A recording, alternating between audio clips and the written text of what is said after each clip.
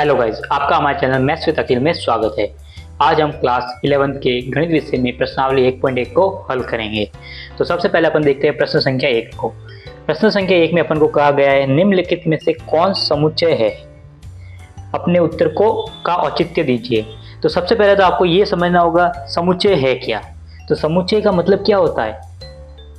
सुपरिभाषित या कलेक्शन, यानी कि किसी भी संख्याओं का सुपरिभाषित कलेक्शन, यानी कि ऐसा कलेक्शन जिसके अपन परिभाषित कर सके, यानी जो रियल में जिसको अपन बता सके कि वो उसका कलेक्शन हो। यानी कि समुच्चय का मतलब होगा समुच्चय बराबर सुपरिभाषित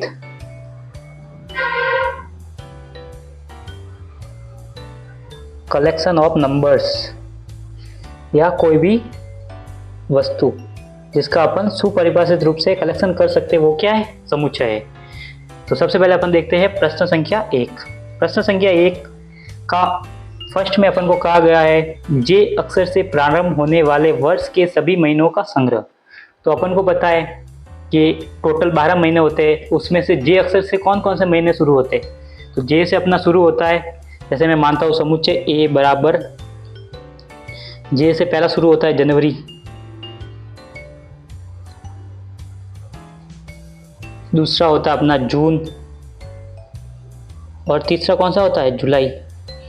क्या इसके अलावा और कोई महीना होता है? तो इसके अलावा और कोई महीना नहीं होता है। तो अपन कोष्टक को वापस बंद करेंगे। तो पहले का उत्तर क्या होगा अपना? 3 महीने होते हैं, जनवरी, जुलाई और जून। तो ये क्या है? ये एक सुपरिभाषित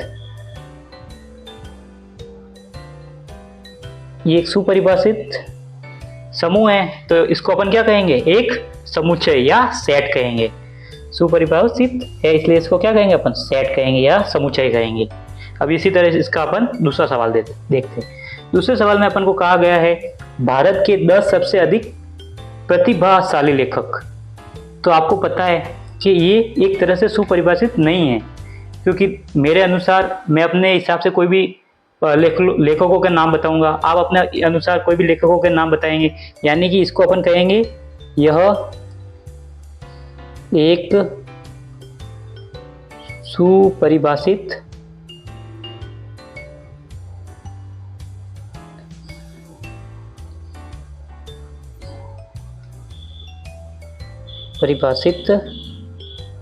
सेट नहीं है। एक तरह से ये एक सेट भी नहीं है कह सकते हैं अपन, क्योंकि इसमें कोई भी है ना कोई फिक्स नहीं है।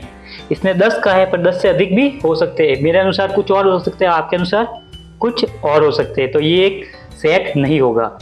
इसी तरह अपन इसका तीसरा सवाल देखते हैं। तीसरे में अपन को कहा गया है विश्व के सर्वश्रेष्ठ 11 बल्लेबाज।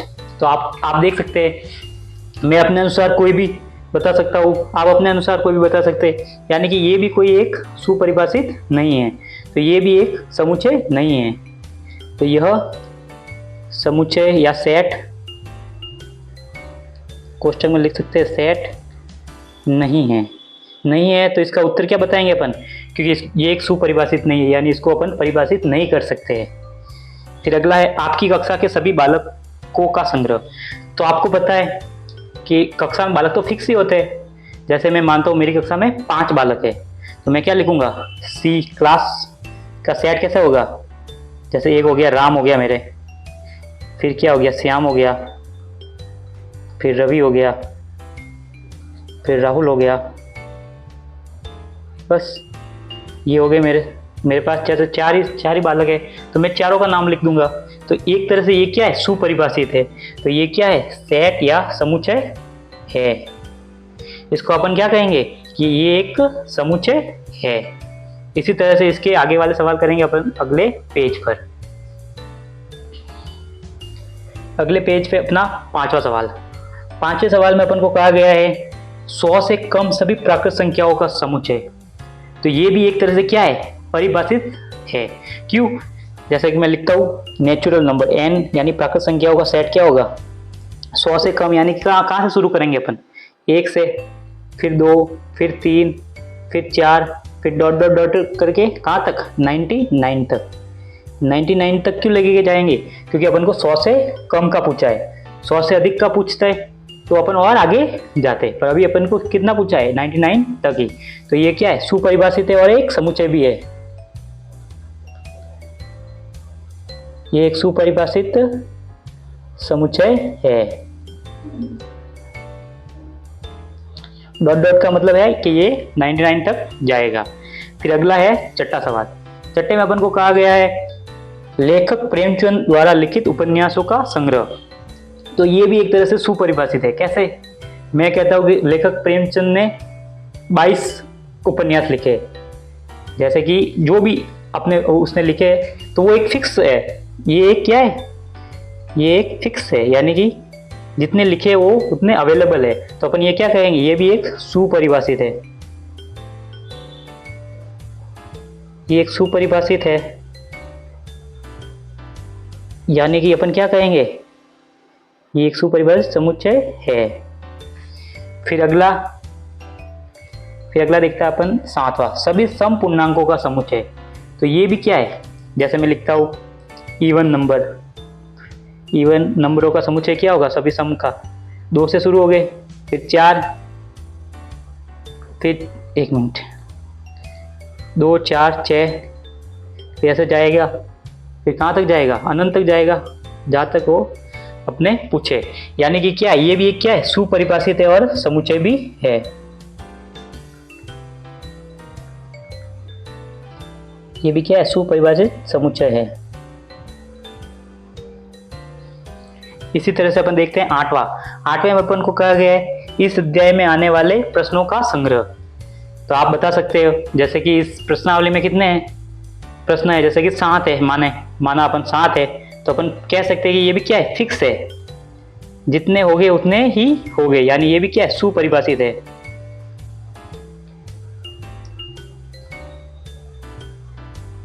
ये भी क्या है, सुपरिभाषित समुच्चय है। फिर अगला है अपना विश्व के सबसे अधिक खतरनाक जानवरों का संग्रह। तो जैसे कि मैं अपने हिसाब से कहूंगा कि शेर है, आप कहेंगे कि लोमड़ी है, कोई और कहेगा चीता है, कोई और कहेगा पैंथर है। तो इस हिसाब से ये क्या है, फिक्स नहीं है। तो ये क्या है, समुच्चय नहीं है, समुच्चय नहीं है और सुपरिभाषित भी नहीं है। तो इसी तरह से अपन इससे रिलेटेड और सवाल भी कर सकते हैं।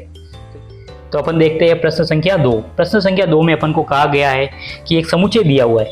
समुच्चय कौन सा है, a बराबर 1 2 3 4 5 और 6।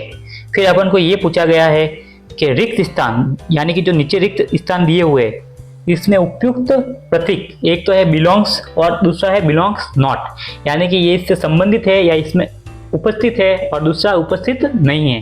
ये अपन को इसमें बढ़ना है। इसको वैसे कहते हैं एप्सिलॉन, पर आपके यहाँ पे आप इसको बिलोंगिंग नॉट और बिलोंगिंग भी कह सकते हैं। तो सबसे पहले अपन देखते हैं पहला सवाल, दूसरे का पहले में लिखा हुआ है 5। क्या 5 समुच्चय ए में है क्या? तो आप देख सकते हैं कि 5 समुच्चय ए में है। तो अपन यहाँ पे क्या लगाएंगे, यहाँ पे लगाएंगे बिलोंग, कि 5 समुच्चय 1 से बिलोंग करता है, यानी बिलोंग करना यानी कि उसके अंदर उससे संबंध है इसका, या उसमें वो उपस्थित है। फिर दूसरा है 8, दूसरे में लिखा हुआ है 8। क्या 8 समुच्चय ए में है क्या? तो आप कहेंगे 8 समुच्चय ए में नहीं है, तो यहाँ पे क्या होगा, बिलोंग्स नॉट। फिर तीसरा है 0, तो आप देख सकते हैं 0 भी इस समुच्चय में नहीं है, तो इसके लिए भी क्या होगा, बिलोंग्स नॉट। फिर चौथे में लिखा हुआ है 4, तो आप देख सकते हैं 4 समुच्चय ए में है, यानी कि अपन क्या लिखेंगे, belongs. 4 belongs to A, set A. फिर अगला है अपना पांचवें में लिखा हुआ है 2 देख सकते हैं आप समुच्चय में है, तो अपन क्या लिखेंगे, बिलोंग्स टू ए। फिर है 10, छठे में लिखा हुआ है 10, तो आप देख सकते हैं 10 भी इसमें समुच्चय में नहीं है, तो अपन क्या लिखेंगे, बिलोंग्स नॉट। तो इस तरह से आप किसी भी समुच्चय में उसके अवयवों को देख के बता सकते हैं कि वो उस समुच्चय से बिलोंग करता है या नहीं करता है। इससे रिलेटेड सारे सवाल आप कर सकते हैं। ये अपना हो गया प्रश्नावली 1.1 का दूसरा सवाल बनेंगे। तो अपन देखते हैं प्रश्न संख्या 3। प्रश्न संख्या 3 में अपन को कहा गया है कि समुच्चयों को रोस्टर रूप में लिखना है। तो तो ये जो अपन को समुच्चय दिए हुए ये कौन से समुच्चय के निर्माण में, सॉरी ये समुच्चय निर्माण के रूप में दिए हुए, तो इसको अपन को किस में लिखना है, रोस्टर रूप में। रोस्टर रूप का मतलब क्या, इनको सारणीबद्ध करना है अपन को, यानी कि उसको एक लाइन में, सेट के लाइन में या सेट के रूप में लिखना है। तो अपन सबसे पहले इसका तीसरे का पहला देखते हैं। तीसरे के पहले में अपन को क्या क्या दिया हुआ है, तीसरे के पहले में अपन को दिया हुआ है कि a बराबर x सच दैट x एक पूर्णांक है और -3, यानी कि वो क्या -3 से तो बड़ा है पर 7 से क्या है, छोटा है।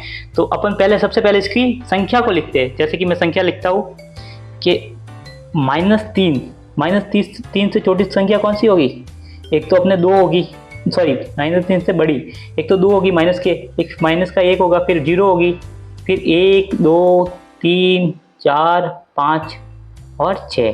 देखो इसमें आपको एक तो -3 नहीं लेना है और एक 7 नहीं लेना है। अगर यहाँ पे ऐसा चिन्ह होता है, मतलब ग्रेटर देन भी होता और क्या बराबर भी होता, तो अपन -3 और 7 को भी लेते, पर अपन को सिर्फ कौन सा दिया हुआ है, ग्रेटर देन और स्मॉल देन ने दिया हुआ है, तो अपन को सिर्फ उनके मध्य की संख्या को लेना है। तो इनकी मध्य की संख्या ये हो गई। फिर इसको अपन अभी समुच्चय निर्माण के रूप में, सॉरी रोस्टर रूप में लिखेंगे। तो सबसे पहले रोस्टर रूप में लिखते हैं। तो ए बराबर सेट ए बराबर क्या होगा, ये अभी मैंने जो इधर लिखा है देखो, -3 से बड़ा, जस्ट बड़ा कौन सा है, 2 है, फिर उससे बड़ा -1 है, फिर 0 भी बड़ा ही है, फिर 1, फिर 2, फिर 3, फिर 4, फिर 5 और फिर 6। तो ये जो अपना आ गया बीच में मैंने लिखा है जो a बराबर -2, -1, 0, 1, 2, 3, 4, 5 और 6, ये तीसरे के पहले का क्या होगा, आंसर होगा। इसी तरह से अपन देखते हैं तीसरे का दूसरा। तीसरे के दूसरे में अपन को कहा गया है x सच दैट x संख्या 6 से कम एक प्राकृत संख्या है, यानी कि अपन को है ना नेचुरल नंबर का सेट लिखना है, पर संख्या 6 से छोटी लिखनी है, यानी कि 6 से छोटे क्या हो गए, 1 2 3 4 5, और नेचुरल नंबर में 0 नहीं आता है, जो पूर्ण संख्या होती है उसमें 0 आता है, प्राकृत संख्या में 0 नहीं आता है। तो अपन लिखते हैं सेट b बराबर क्या होगा, कहाँ से शुरू करेंगे अपन शुरू करेंगे 1 से, क्योंकि 0 नहीं आएगा, 1 2 3 4 5। 6 से कम कहाँ है तो 6 नहीं लेंगे, 6 भी कहाँ होता तो 6 भी लेते, पर यहाँ पे अपन का सेट बंद हो जाएगा, यानी कि b बराबर क्या होगा 1 2 3 4 5। इसी तरह से अपना तीसरे का b भी हो गया। फिर अपन करते हैं तीसरे का तीसरा, यानी कि तीसरे का c या तीसरे का तीसरा करते हैं अपन। इसमें अपन को कहा गया है c बराबर x सच दैट x 2 अंकों की ऐसी प्राकृत संख्या जिसके अंकों का योगफल 8 हो, यानी कि अपन को वो सारी संख्या लिखनी है जिनके अंकों का योगफल 8 हो। तो सबसे पहले अपन लिखते हैं c बराबर, देखो एक तो पहला क्या होगा, सबसे पहले छोटी संख्या कौन सी होती है, 1 ही होती है। 1 में कितना जोड़ू कि 8 हो जाए, तो 7। फिर 1 से बड़ी 2 में कितना जोड़ू कि 8 हो जाए, तो 6। फिर 3 में कितना जोड़ू कि 8 हो जाए, कितना जोड़ू 5। फिर 4 में कितने 4 ही जुड़ेंगे तो 8 होगा। फिर कितना 5 में कितना जोड़ू 3, फिर कितना, फिर अपना आएगा 6 में 2, फिर 7 में 1। तो आप देख सकते हैं ये क्या हो गई, ये संख्या हो गई, इसके अलावा और कोई संख्या नहीं होगी। तो अपने क्या होगा, यही सी का रोस्टर रूप या समुच्चय, सॉरी रोस्टर रूप ही होगा, समुच्चय निर्माण तो दे रखा है अपन, ये इसका क्या होगा, समुच्चय या सेट होगा। फिर अपन आगे देखते हैं। आगे अपना दिया हुआ है प्रश्न संख्या तीसरे का चौथा। इसमें कहा गया है D x such that x एक अभाज्य संख्या है जो संख्या 60 की भाजक है, यानी कि अपन को ऐसी सारी संख्या लिखनी है जो संख्या 60 से जिसमें भाग जाते। तो सबसे पहले अपन लिखते हैं, देखो 60 में किस किस का भाग जाएगा। देखो एक तो अपन देख सकते हैं संख्या 60 में, देखो एक तो 2 का जाएगा, 3 का जाएगा और 5 का जाएगा, उन्हीं का जाएगा और किसका जाएगा, इनका ही जाएगा, क्योंकि अभाज्य संख्या तो यही है। बाकी सब क्या है, जैसे 12 हो गए, 4 हो गए, ये सब क्या है, ये सब भाज्य संख्या है। तो अपन लिखेंगे सेट डी में क्या होगा, एक तो 2 का जाता है 60 में पूरा भाग, एक 3 का जाएगा और एक अपना 5 का ही तो जाएगा।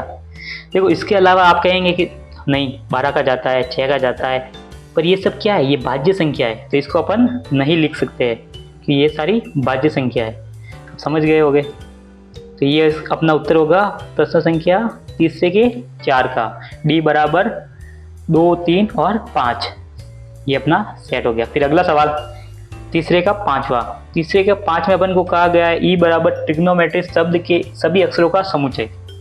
देखो समुच्चय का मतलब क्या होता है कि उनको अपन को है ना रोस्टर रूप का मतलब क्या होता है, उनको है ना सारणीबद्ध करना है, पर एक अंक को एक बार लिखना है। जैसे 1 4 5 बार आया तो अपन सिर्फ एक को एक बार ही लिखेंगे।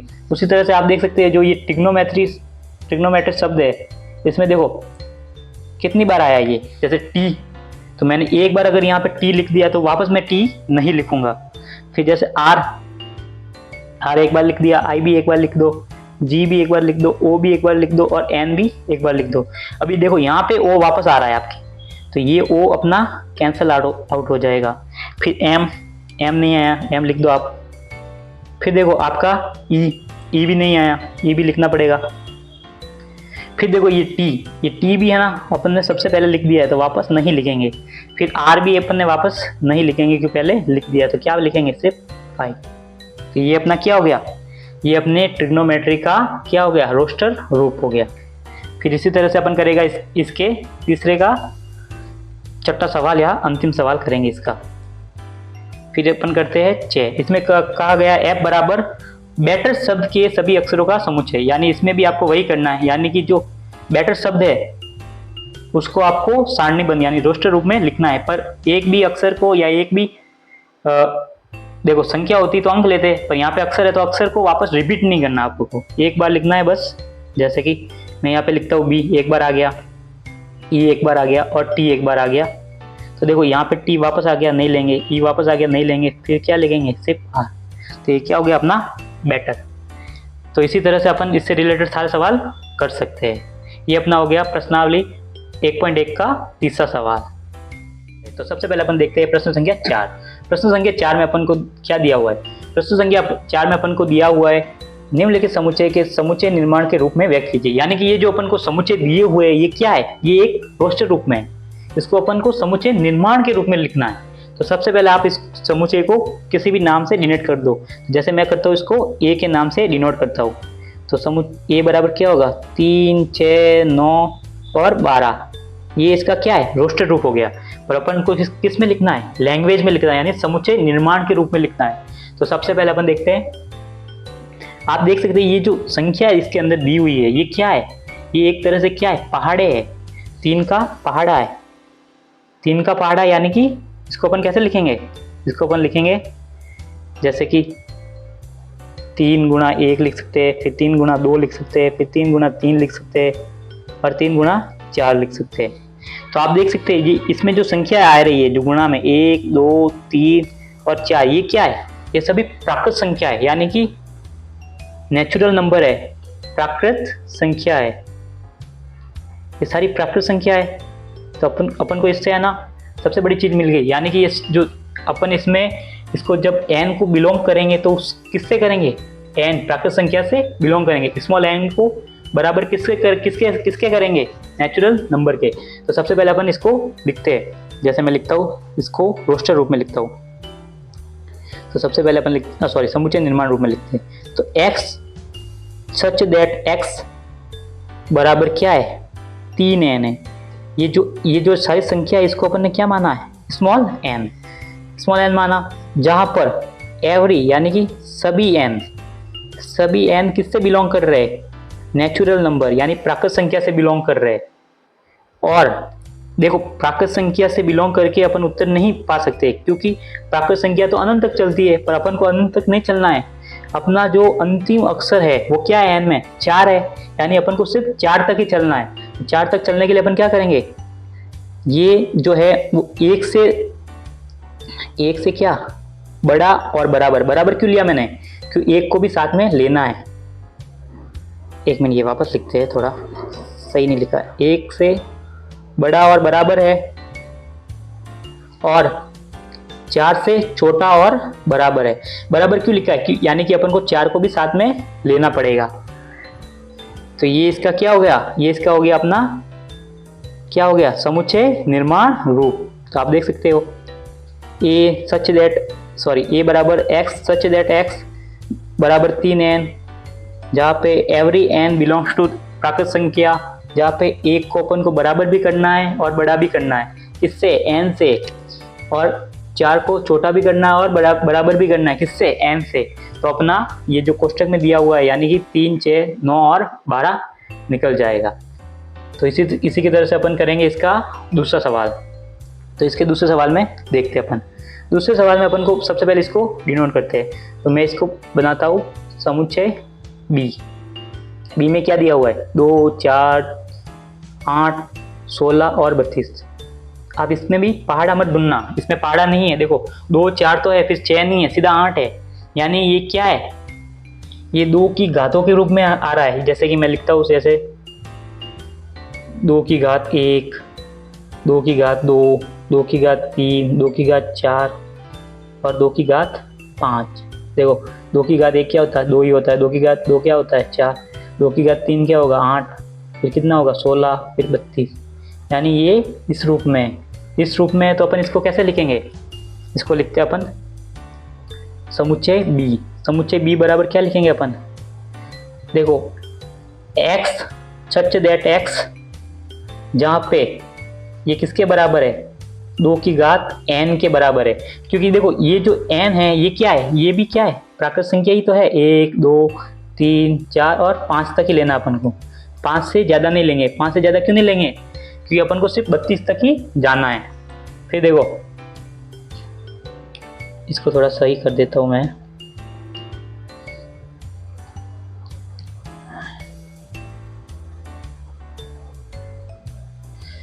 देखो फिर आप देख सकते हो इतना कर दिया। फिर इसके बाद क्या है? जहां पर एवरी n यानी सभी n किससे बिलोंग कर रहे हैं? एक प्राकृत संख्या से।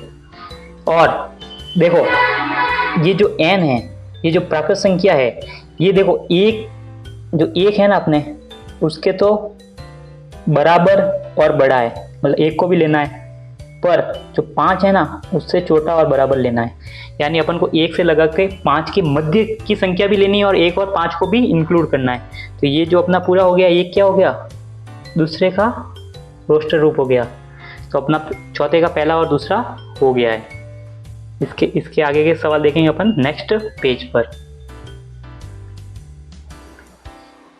प्रश्न संख्या 4 के तीसरे में अपन को ये कहा गया है कि जो रोस्टर रूप में अपन को जो संख्याएं दी हुई है उसको अपन को समुच्चय निर्माण के रूप में लिखना है। तो सबसे पहले अपन 4 के तीसरे को देखते हैं। देखो 4 के तीसरे में अपन को कहा गया है कि ये जो संख्या लिखी हुई मतलब समुच्चय लिखा हुआ है 5, 25, 125 और 625, इसको अपन को समुच्चय निर्माण रूप में लिखना है, यानी लैंग्वेज में लिखना है। तो सबसे पहले इसको है ना समुच्चय को आप कोई भी नाम डिनोट कर दो। जैसे मैं देता हूँ सी समुच्चय क्या होगा? 5, 25, 125 और 625। अभी आप देख सकते हो कि ये सभी है ना 5 की घात के रूप में, यानी 5 की घात 1, 5 की घात 2, 5 की घात 3 और 5 की घात 4, यानी 5 की घातों के रूप में। देखो कैसे कि मैं अगर लिखता हूँ 5 की घात 1 तो 5 ही रहेगा। मैं अगर लिखता हूँ 5 की घात 2 तो 25 रहेगा। 5 की घात 3 125 होगा और 5 की घात 4 क्या होगा? 625 रहेगा। तो इस तरह से अपन को क्या मिला? अपन को ये मिला कि जो 5 होगा वो तो अपना क्या होगा? उससे क्या गुणा होगा? n गुणा उसकी घात क्या होगी? n घात होगी। n घात क्यों होगी? n घात यानी कि n एक क्या है? प्राकृत संख्याओं का समुच्चय है। जहाँ पर n क्या होगा? n होगा 1, 2, 3, 4 से ज़्यादा नहीं होगा। यानी अपन क्या लिखेंगे? n जो बड़ा होगा किससे? 0 से, पर छोटा होगा किससे? 5 से, क्योंकि 4 को अपन को इंक्लूड करना है। या फिर इसको ऐसे भी लिख सकते हैं, इसको अपन ऐसे लिख सकते हैं n 1 से बड़ा और 1 के बराबर और 4 से छोटा और 4 के बराबर। इनसे अपन इसका रोस्टर रूप लिखेंगे। तो इसका रोस्टर रूप क्या होगा? अभी आप देखेंगे। इसका रोस्टर रूप होगा अपने लिए C बराबर x सच दैट x, जहाँ पर 5 की घात n के रूप में लिखेंगे इसको, जहाँ पे n belongs to natural number यानी कि प्राकृत संख्या से बिलोंग करेगा, और ये क्या होगा, 1 से बड़ा और 1 के बराबर होगा n, और 4 से बराबर और 4 से बड़ा भी, 4 से छोटा और 4 के बराबर भी होगा। एक तरीका तो ये होगा लिखने का, और एक तरीका इसको लेके भी अपन लिख सकते हैं। इसी तरह से अपन इसका करेंगे चौथा सवाल, चौथे के चौथे सवाल में अपन को ये कहा गया है कि 2 4 6, तो सबसे पहले इसको भी नोट करो आप, डी मान लो, डी माना मैंने, 2 4 और 6, फिर ये देखो अनंत तक जा रहा है। तो आप सब देख सकते हो कि ये सब क्या है, ये एक तरह से एक सम संख्या है, यानी सम संख्याओं की अनंत तक गिनती लिखी हुई है। तो सम संख्याओं की सीरीज है, तो सम संख्याओं की सीरीज के लिए अपन क्या करेंगे, अपन सिंपल लिखेंगे बी सम संख्याओं का समुच्चय है।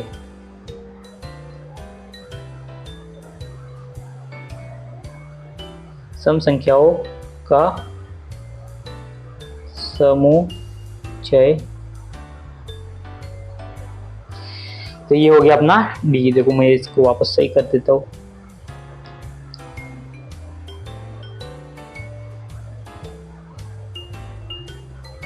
सम संख्याओं का समुच्चय है। चौथे के पांचवे में अपन को कहा गया है कि समुच्चय 1 4 9 और ये चल रहा है 100 तक, इसको अपन को रोस्टर रूप में लिखना है। तो सबसे पहले इसको डिनोट करेंगे, तो इसको डिनोट करते हैं अपन ई से डिनोट कर दिया, 1 4 9 और ये आगे चल रहा है 100 तक। फिर देखो आप, ये आपको है ना n की घात के रूप में लिखता है, जैसे कि मैं लिखता हूँ n क्या है, n एक प्राकृत संख्याओं का समुच्चय होगा, n यानी कि 1 से शुरू होके अनंत तक जाएगी। तो सबसे पहले अपन को देखना है n की घात 1, जहाँ पर n क्या है अपना, n की घात 2 लिखते हैं, 1 नहीं लिखा जाएगा, n की घात 2 का मतलब 1 की घात 1 ही होगा, फिर 2 की घात 2 क्या होगा, 4 होगा, फिर 3 की घात 2 9 होगा, फिर ऐसे ही चलता जाएगा 10 की घात 2 तक, यानी कि 100 तक चलता जाएगा। तो अपन इसका समुच्चय निर्माण रूप लिखते हैं अभी।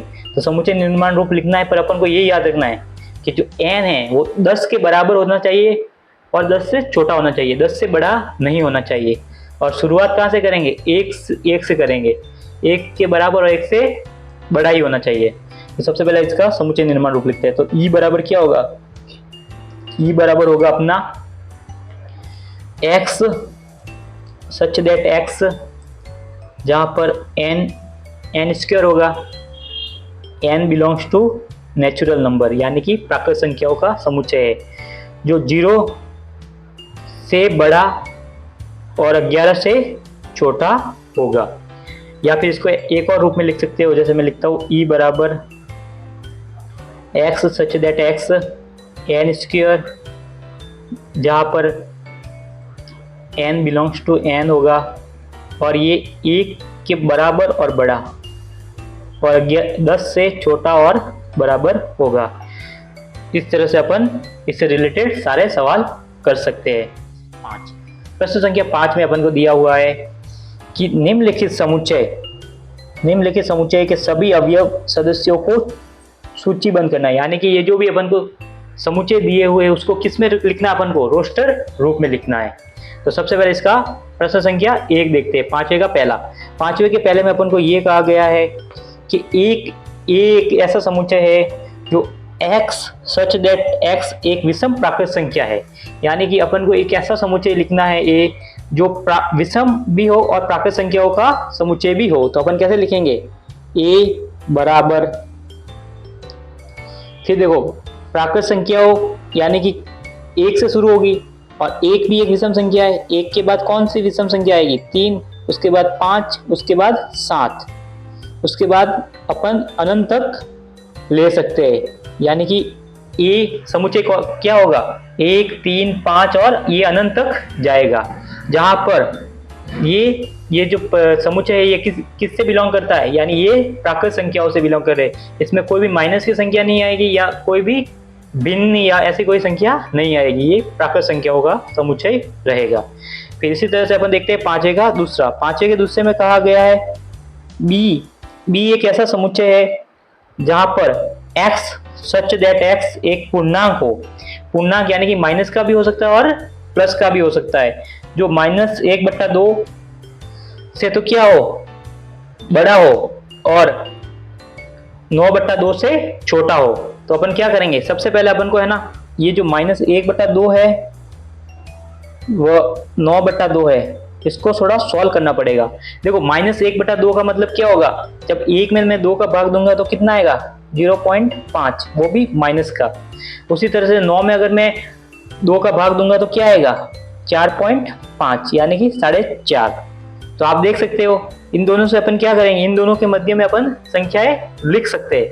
तो अगर मैं इनको, ये तो देखो ये क्या है, ये दशमलव वाली संख्या है, पर अपन को पूर्णांक लेने हैं। तो पूर्णांक इसके बाद क्या आएगा, -0.5 के बाद पहला पूर्णांक कौन सा आएगा अपने, तो इससे बड़ा पहला पूर्णांक अपने लिए आएगा 0।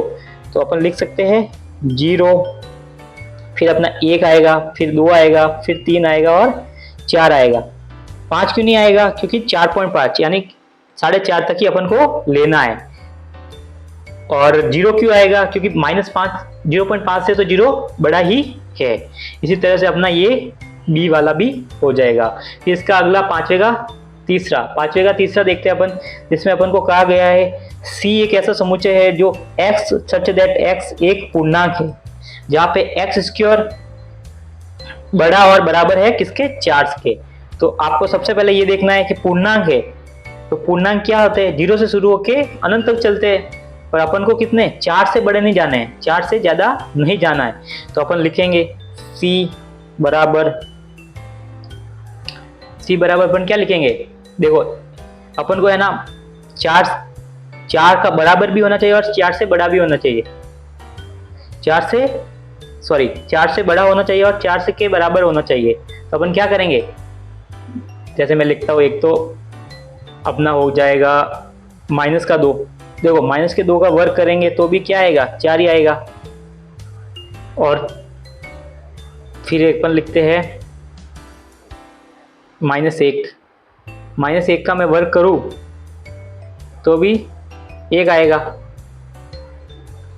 फिर देखो इसका मैं वर्ग करता हूँ अपना नॉर्मल 2 का वर्ग भी 4 ही होगा, और नॉर्मल 1 का भी वर्ग कितना होगा, नॉर्मल 1 नहीं होगा, नॉर्मल 2 होगा। फिर यहाँ पे 0, तो अपना क्या होगा, c बराबर होगा -2, फिर अपना आएगा -1, फिर आएगा 0, फिर आएगा 2। तो इस तरह से अपने क्या हो जाएंगे, अपना हो जाएगा c का ये समुच्चय हो जाएगा। c बराबर क्या होगा, -2, -1, 0 और 2। तो इसी तरह से अपन इसके अगले सवाल करेंगे नेक्स्ट पेज पर। तो अगले पेज पे चलते हैं अपन। अगले पेज पे अपने पांचवे के चौथे सवाल में अपन को दिया हुआ है कि D एक ऐसा समुच्चय है जो x such that x loyal शब्द का एक अक्षर हो। यानी कि अपन को लोयल शब्द को लेना है और उसको रिपीट नहीं करना है, यानी कि ये जो समुच्चय निर्माण रूप में लिखा है इसको अपन को रोस्टर में लिखना है। तो रोस्टर में कैसे लिखेंगे, D बराबर, देखो लोयल का पहले अपन L लेते हैं, फिर O लेते हैं, फिर Y लेते हैं, फिर A लेते हैं।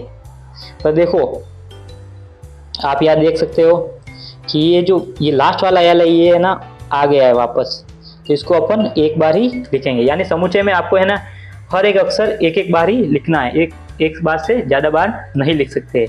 इसी तरह से अपन करेंगे इसका पांचवे का पांचवा सवाल में अपन को कहा गया है ई एक ऐसा समुच्चय है जो x सच दैट x वर्ष का एक ऐसा महीना है जिसमें 31 दिन नहीं होते। यानी कि अपन को ऐसे सारे महीने लिखने हैं जिसमें 31 दिन नहीं होते। तो जैसे मैं लिखता हूँ, तो जनवरी तो होता है, तो जनवरी के बाद कौन सा आता है, फरवरी, फिर आता है अपना अप्रैल, फिर अपना आता है जून, फिर आता है सितंबर, फिर आता है नवंबर, फिर दिसंबर तो वापस 31 का हो जाएगा, तो इतने ही हो गए। तो ये अपने कौन से हो गई, ये वो सारे वो महीने हो गए जिसमें 31 दिन नहीं होते हैं। फिर इसी तरह से अपन इसका अंतिम पांचवे का छठा सवाल करेंगे। पांचवे के छठे सवाल में अपन को कहा गया है एफ एक ऐसा समुच्चय है जो एक्स सच दैट एक्स अंग्रेजी वर्णमाला का एक व्यंजन है जो के से पहले आता है। मतलब कि अपन को सारे अंग्रेजी वर्णमाला के सारे अल्फाबेट लिखने हैं जो के से पहले आते हैं। पर आपको ये याद रखना है कि व्यंजन का है, यानी कॉन्सोनेंट का है, यानी कि अपन को वोवेल्स नहीं लेने हैं। यानी वोवेल्स क्या होते हैं, ए ई आई ओ यू, इनको अपन को नहीं लेना है। इस बात का आपको खास ध्यान रखना है। तो देखो पहला ए नहीं आएगा, फिर कौन सा आएगा, बी आएगा, फिर सी आएगा, फिर डी आएगा, फिर एफ आएगा, फिर जी आएगा, फिर एच आएगा और जे आएगा। इसमें मैंने देखो ए ई और आई को नहीं इंक्लूड किया है, तो आपको इस बात का ध्यान रखना है। एफ से पहले पहले वाले सारे व्यंजक यानी कि कॉन्सोनेंट लिखने हैं अपन को। तो ये हो गया अपना पांचवा सवाल पूरा। इससे रिलेटेड और भी आप ऐसे सवाल कर सकते हो। तो अपन देखते हैं प्रश्न संख्या 6। प्रश्न संख्या 6 में अपन को कहा गया है कि बाई और रोस्टर रूप में लिखित और दाई और समुच्चय निर्माण रूप में वर्णित समुच्चयों का सही मिलान करें। तो अपन को ये जो समुच्चय निर्माण और रोस्टर रूप में लिखे हुए इनको आपस में मिलान करना है। तो सबसे पहले अपन है ना इन सवालों को सही से करने के लिए अपन सबसे पहले इसको समुच्चय निर्माण वाले भाग को देखेंगे। समुच्चय निर्माण वाले से अपन को सीधा उसका रोस्टर रूप निकल जाएगा। तो देखो सबसे पहले अपन को क्या कहा गया है ए में कि x सच दैट x एक ऐसा अभाज्य संख्या है और 6 के भाजक भी हो, यानी कि अभाज्य संख्या भी होनी चाहिए और 6 के भाजक भी होने चाहिए। तो अभाज्य संख्या क्या होती है, 2 3 5, 6 नहीं होगा, फिर 8 नहीं होगा, ये ऐसी संख्या नहीं होगी। यानी कि अपन को देखो अभाज्य संख्या क्या होती है, जिसमें या तो खुद का भाग जाए या फिर एक का भाग जाए। तो यहाँ पे आप देख सकते हो जो ए है उसके लिए जो सही मिलान होगा वो क्या होगा, ये वाला होगा, 2 और 3। क्यों होगा 2 और 3, क्योंकि देखो जो 2 और 3 है वो दोनों संख्या अभाज्य है। वैसे देखो ये वाला भी हो सकता था, पर इसमें देखो 6 आ गया, 6 आ गया, यानी कि 6 क्या है, 6 एक भाज्य संख्या है, तो इसलिए ये इसका मिलान नहीं होगा। उसी तरह से अपन इसका दूसरा देखते हैं। दूसरे में अपन को कहा गया है x सच दैट x संख्या 10 से कम एवं एक विषम प्राकृत संख्या है। यानी अपन को सारी संख्या लिखनी है 10 से कम, पर सारी क्या होनी चाहिए, विषम होनी चाहिए। विषम यानी कि ऑड नंबर होने चाहिए सारे। देखो बी का जो एकदम सही है वो क्या होगा, ये वाली, यानी 4, क्योंकि देखो 1 3 5 और 9 ये क्या है, विषम संख्या है और सभी क्या है 10 से कम है। फिर इसी तरह से अपन इसका सी वाला देखते हैं। सी में अपन को क्या कहा है कि x सच दैट x एक प्राकृत संख्या है और 6 से भाजक भी है, यानी कि एक प्राकृत संख्या भी है और 6 से भाजक है। अब की बार ऐसा नहीं कहा कि अभाज्य संख्या होनी चाहिए, प्राकृत संख्या होनी चाहिए, यानी कि गिनती में आती है तो उसमें भी आएगी। तो देखो सिर्फ 0 नहीं आना चाहिए। तो प्राकृत संख्या है और 6 का भाजक भी है, तो देखो कौन सी होगी, ये वाली, पहली वाली क्यों होगी, देखो इसमें 1 2 3 और 6 ये सभी 6 के भाजक है और सभी क्या है, प्राकृत संख्या भी है। इसी तरह से देखो अपना अगला सवाल, अगले में अपन को डी में पूछा है x such that x mathematics शब्द का एक अक्षर है। यानी कि मैथमेटिक्स को अपन को रोस्टर रूप में लिखना है, तो अपन क्या करेंगे, सभी अक्षरों को लिखेंगे, बस रिपीट किसी को नहीं करेंगे। तो इसका अपना आंसर होगा ये वाला, तीसरा वाला। देखो इसमें है ना एक भी अक्षर है ना रिपीट नहीं हुआ। देखो m 2 बार आया पर अपन ने एक बार ही लिखा है, फिर देखो t 2 बार आया फिर भी अपन ने इसको एक बार ही लिखा है। तो ऐसे अपन इससे रिलेटेड सारे सवाल कर सकते हैं। धन्यवाद।